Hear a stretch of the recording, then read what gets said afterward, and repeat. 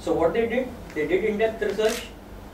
They were able to figure out how important it is for kids to play, how important it is for decision makers to buy a flat where kids can play. Another one, anybody is aware of this one? This is Kanakya Boomerang. Very nicely marketed as a boomerang project, ready for a 0.7 kilometer walk around.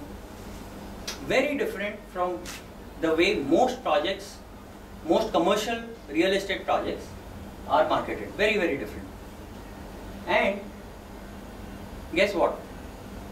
The way this building has been constructed is not out of choice. The way this building has been constructed is because of the actual odd shape available from a project standpoint to the builder.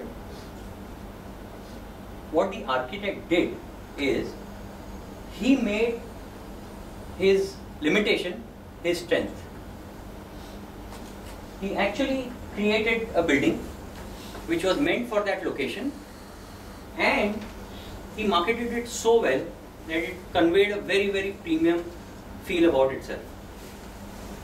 So marketing is therefore all about creating the desired perception. So two elements that I want us to be clear when we are taking off from here. One is need for research.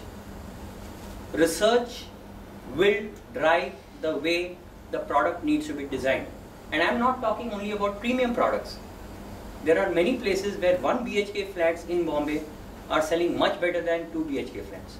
And there are many places where even a 3 BHK flat will not sell, depending on how the project is, and there are only 4 BHK flats.